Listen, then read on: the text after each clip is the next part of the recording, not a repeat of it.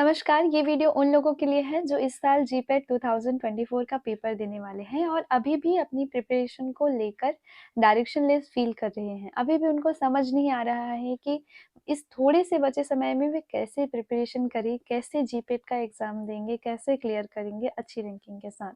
मैं आपको बता दूँ कि आपके पास अगर पेपर मई में होता है, मई में या फिर अप्रैल के एंड में होता है, तो भी आपके पास अगर हम रफली 2 महीना लेके चलेंगे, ज़्यादा नहीं लेंगे क्योंकि जो थोड़ा टाइम बचेगा उसमें आपको अपना प्रैक्टिस करना है। अपने एग्ज़ाम की प्रैक्टिस पे मेनली फ़ोकस करना है, एमसीक्यू प्रैक्टिस पे ज़्यादा फ़ोकस करना है। तो अगर थ्योरी प्रिपरेशन को ले देख के थ्योरी प्रिपरेशन को समझे, तो आपके पास रफली हम 2 महीना लेके चलेंगे। 2 मंथ में आप कैसे प्रिपेयर करेंगे अपने आप को एग्ज़ाम के लिए, उस पे इस वीडियो में हम चर्चा करने वाले हैं। अभी सबसे बड़ा सवाल ये है कि जीपीएट का सिलेबस इतना वास्ट है, उसको इतने कम टाइम में 2 मंथ्स में कैसे कवर करें? मैं आपको बोल रही हूँ, इट्स माय एक्सपीरियंस। अगर आपने बेसिक्स पढ़ा है, थोड़ा बहुत भी बी फॉर्म में पढ़ा है, ऑब्वियस सी बात है, अगर आप जीपीएट के बारे में सोच रहे हैं, मतलब आपने बी फॉर्म में कुछ तो पढ़ा होगा, इसीलिए तो आपका बी फॉर्म का पेपर क्लियर हुआ, है ना? तो आपका जीपीएट क्लियर हो सकता है बहुत ईज़िली। इसके लिए आपको बस सही बुक चुननी है, सही तरीके से पढ़ना है। सही तरीका अगर आप चूज़ करते हैं, सही चीज़ों से अगर आप पढ़ते हैं, सही स्टडी मटेरियल से पढ़ते हैं, तो डेफ़िनेटली आपका एग्ज़ाम क्लियर होगा, ठीक है? वही चीज़ें सब लोग के पास वही बी फॉर्म की बुक्स हैं, वही सिलेबस है, सब कुछ सबके पास सेम है।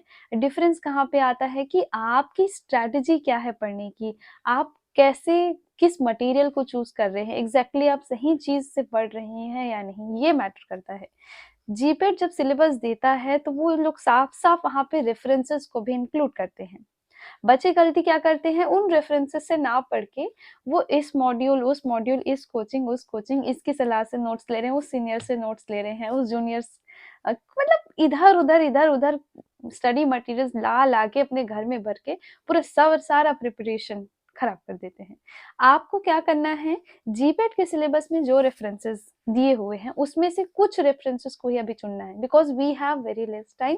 तो हम अपना ज़रा भी टाइम इधर-उधर ढेर सारे 50-60 रेफरेंसेस में वेस्ट नहीं कर सकते, है ना? जीपेट का सिलेबस अगर आप देखेंगे तो उसमें बहुत सब्जेक्ट हैं। अभी हमारी स्ट्रैटेजी क्या है? हमें उन्हीं सब्जेक्ट्स को लेना है जिसमें सबसे ज़्यादा स्कोर आपको मिल सकेगा और उन्हीं रेफरेंसेस को चूज़ करना है जहाँ से सबसे ज़्यादा क्वेश्चन डायरेक्टली एनटीए पूछता है। एनटीए का सीधा-सा कॉन्सेप्ट है, वो कुछ स्टैंडर्ड रेफरेंस बुक्स चूज़ करते हैं, जीपेट के एग्ज़ाम के लिए, पेपर निकालने के लिए। तो आपको मैं बता दूं, आप अगर अपनी प्रिपरेशन अभी भी ऐसा लग रहा है कि एकदम जरा सा भी प्रिपरेशन नहीं किए हैं और अभी जस्ट प्रिपरेशन स्टार्ट करनी है, 2 महीने में मुझे जीपेट क्लियर करना ही है, तो सबसे पहली चीज आपको सिर्फ 4 बुक्स पे फोकस करना है। मैं बता रही हूँ, 4 से अलग आपको कोई बुक पढ़ने की जरूरत नहीं है। अगर आप चाहते हैं कि एक अच्छी कॉलेज आपको मिल जाए, एक अच्छी रैंकिंग के साथ आप जीपेट क्लियर कर लें, एकदम टॉप एआईआर पे आने की जरूरत नहीं है। आपको बस चाहिए कि एक अच्छा कॉलेज मिल जाए, या फिर आपको सिर्फ जीपेट क्लियर करना है, उसके बाद आपको नाइपर क्लियर करके मस्त नाइपर में पढ़ना है, national institute of pharmaceutical research. तो जिन लोगों का ये टारगेट है उनके लिए बता दूं, सबसे पहले आपको चूज करना है फार्माकोलॉजी। फार्माकोलॉजी सब्जेक्ट एक ऐसा सब्जेक्ट है जिससे बहुत सारे क्वेश्चंस आने हैं, और कुछ भी हो जाए, फार्माकोलॉजी के जो क्वेश्चंस हैं मैक्स टू मैक्स सिर्फ इसी बुक से आने होते हैं, लाइन बाय लाइन क्वेश्चन आते हैं। इवन इस बुक में जो आपको लास्ट में केस स्टडी दी जाती है, वहां से डायरेक्ट क्वेश्चन पूछे जाते हैं।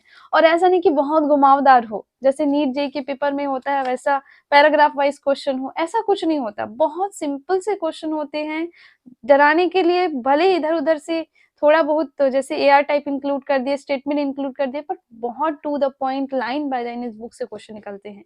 तो मैं आपको इस बात को अश्योर करा रही हूँ, फार्माकोलॉजी अगर आप इस बुक से पढ़ते हैं तो आपका फार्माकोलॉजी बहुत अच्छे से क्लियर हो जाएगा।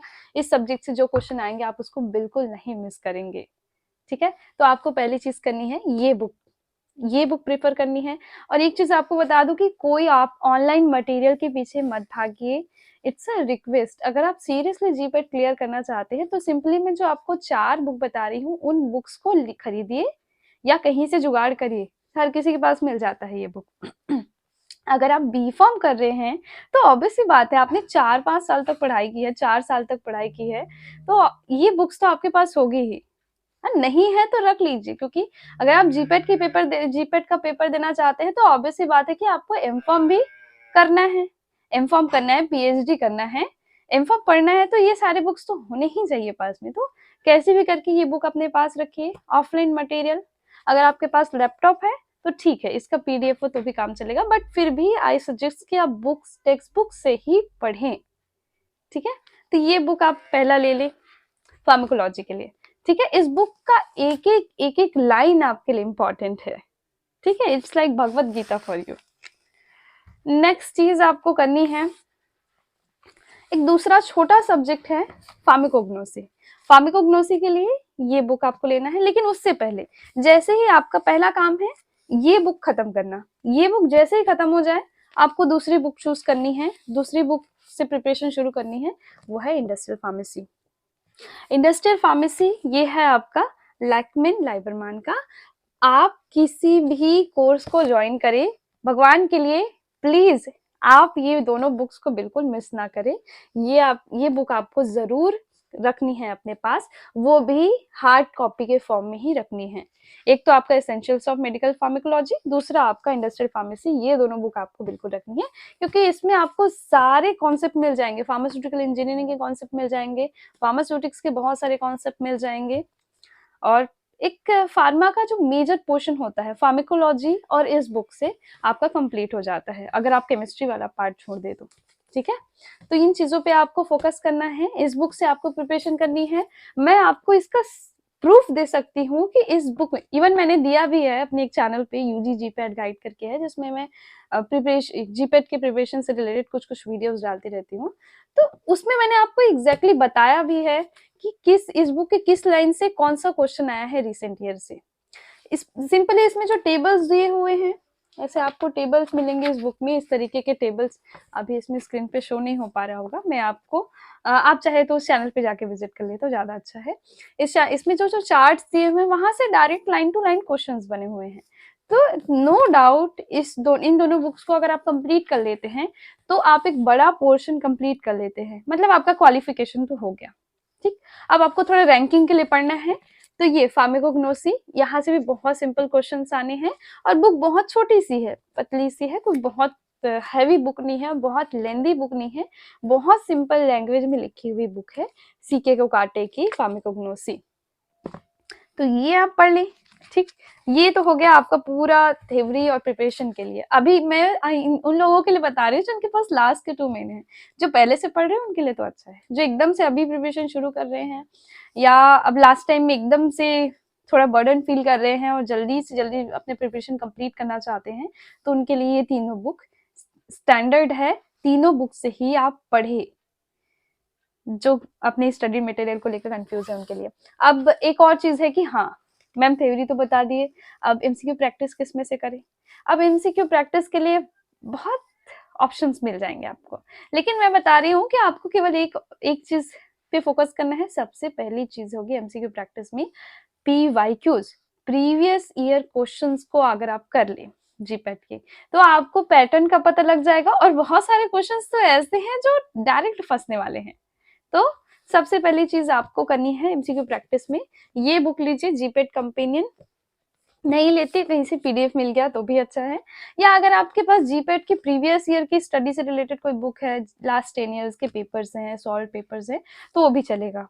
अगर नहीं है तो सबसे अच्छा ये ले लीजिए, इसमें आपको कई सारे जीपेट के पेपर का मिल जाएगा। पहले जीपेट नहीं हुआ करता था तो उस साइड में गेट का पेपर होता था, तो गेट के पेपर्स भी यहाँ पे सॉल्व दिए हुए हैं। और सबसे अच्छी बुक की इस बुक की बात ये है कि इसमें सॉल्यूशंस दिए हुए हैं। हाँ, लेकिन मैं आपको एक प्रिकॉशन पहले से बता देती हूँ, इस बुक में मिस्टेक्स हैं जो कि आप खुद करेक्ट कर सकते हैं, क्योंकि थोड़ी बहुत बेसिक अंडरस्टैंडिंग तो आपको भी होगी, ठीक है।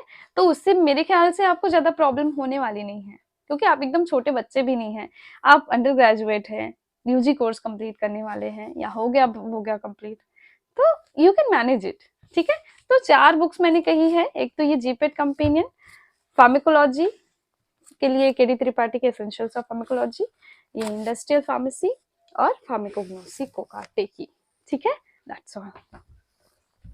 तो मैंने अपने एक्सपीरियंस से मैं ये सारी चीजें बता रही हूँ। प्लीज इस चीज को आप फॉलो करिए और पढ़िए। आपको दिन भर पढ़ने के लिए भी नहीं कह रही हूँ मैं समझ रही हूँ आप बी फॉर्म कर रहे हैं, I can understand, I have gone through all processes, कितना हेक्टिक होता है। और अगर आप कोई दूसरा काम भी कर रहे हैं तो कैसे शेड्यूल्स को मैनेज करना मुश्किल होता है, वो चीजें मैं समझ सकती हूँ। आप सिर्फ, मैं कह रही हूँ कि 4 बुक्स है, सबको अगर आप एक एक 2-2 घंटा भी पढ़ते हैं, अगर आप, 2 तरीके हैं, एक तो आप एक-एक सब्जेक्ट को लेके पढ़ो, 1 हफ्ते में ये सब्जेक्ट कम मैंने पढ़ा, 1 हफ्ते वो सब्जेक्ट पढ़ा, ऐसे कर लो। या तो दूसरी चीज़ आप कर लो, हर सब्जेक्ट को थोड़ा-थोड़ा, थोड़ा-थोड़ा पढ़ो। 2 घंटा, 1 घंटा, जैसे मैनेज होता है वैसे पढ़ो। मिनिमम 4 से 5 घंटा पढ़िए, देखते हैं आपको जीपीएट कैसे क्लियर नहीं होता। इट्स माय ओन एक्सपीरियंस, मैंने काम करते-करते, पढ़ाई करते-करते ही जेपीट क्लियर किया। कोई अलग से मैंने कोचिंग नहीं किया, कोई अलग से कोई सेपरेट उसके लिए टाइम नहीं दिया। मैंने भी बी फॉर्म के दौरान ही अपना जीपेट क्लियर किया, बहुत कम टाइम में किया। So I am giving you the real experience. कैसे होगा आपका तैयारी, कैसे आपको करना चाहिए, वो मैं अपने एक्सपीरियंस से आपको बता रही हूँ, तो ये आपका गलत नहीं जाएगा। आप प्लीज मेरी वर्ड्स को फॉलो करिए, और मेरे वर्ड्स को इन द सेंस, मैंने जो बुक्स बताए हैं उनको फॉलो करिए। और 2 चीजें हैं, अभी बहुत सारे डाउट्स होते हैं दिमाग में, होगा या नहीं होगा। जीपेट कोई बहुत बड़ा पेपर नहीं है और बहुत टफ पेपर नहीं है, आप उसको क्लियर कर सकते हैं, तो उसके लिए ज्यादा चिंता करने की जरूरत नहीं है। आपको सिंपली ये चीज पे ध्यान रखना है, आपको थोड़ा ग्रोथ टाइप का माइंडसेट रखना है कि देखिए 2 तरह के लोग होते हैं, एक तो फिक्स माइंडसेट वाले लोग और दूसरे होते हैं ग्रोथ माइंडसेट वाले लोग। फिक्स माइंडसेट वाले लोग क्या होते हैं, उनके पास बहुत सारा टैलेंट भर-भर के आया रहता है। एक बार अगर उनको ज़िंदगी में हार मिल गई, तो उनको ऐसा लगता है बस, जब तक सक्सेस मिल रहा है तब तक खुश रहेंगे, wow! I am the ultimate, ऐसा फील करते हैं। बट एक बार अगर उनको डिफीट मिल गई, एक बार उनको हार का सामना करना पड़ गया, they feel like everything is ended up, अब इसके बाद कुछ नहीं हो सकता। बट जो ग्रोथ माइंडसेट वाले लोग होते हैं, उनको भगवान ने थोड़ी बहुत क्वालिटीज दी है, और उन थोड़ी बहुत क्वालिटीज में ही वो बहुत कुछ करने की इच्छा रखते हैं। मतलब दे थिंक लाइक, हाँ ये थोड़ा थोड़ा दिया है भगवान ने, हम कुछ तो अच्छा करेंगे। They work hard hard hard and ultimately they get success. और हो सकता है उनकी लाइफ में भी फेलियर आए, और आता ही है, ऑब्वियस सी बात है। बाय द टाइम जब उनके लाइफ में कभी सक्सेस आता है, फेलियर आता है, जब फेलियर का टाइम आता है, दे डोंट फील लाइक कि इसके बाद और कुछ नहीं हो सकता, इसके बाद हम फिर से सक्सेसफुल नहीं हो सकते, इसके बाद हम कुछ अच्छा कर नहीं सकते। They don't feel like that, because they know hard work is the ultimate thing. अगर आप मेहनत करते हैं तो आप किसी भी चीज में सक्सेसफुल हो सकते हैं, किसी भी चीज में टॉप मोस्ट पोजीशन पे हो सकते हैं। हमने डार्विन के बारे में सुना है, आइंस्टीन के बारे में सुना है, they were the ordinary student, they were the ordinary child, and how they become such a great person. इसके पीछे का रीजन था उनका हार्डवर्क, उनका वो ग्रोथ माइंडसेट। तो be a person with growth mindset, आपका जीपेट क्लियर होगा, और जरूर होगा। All the best.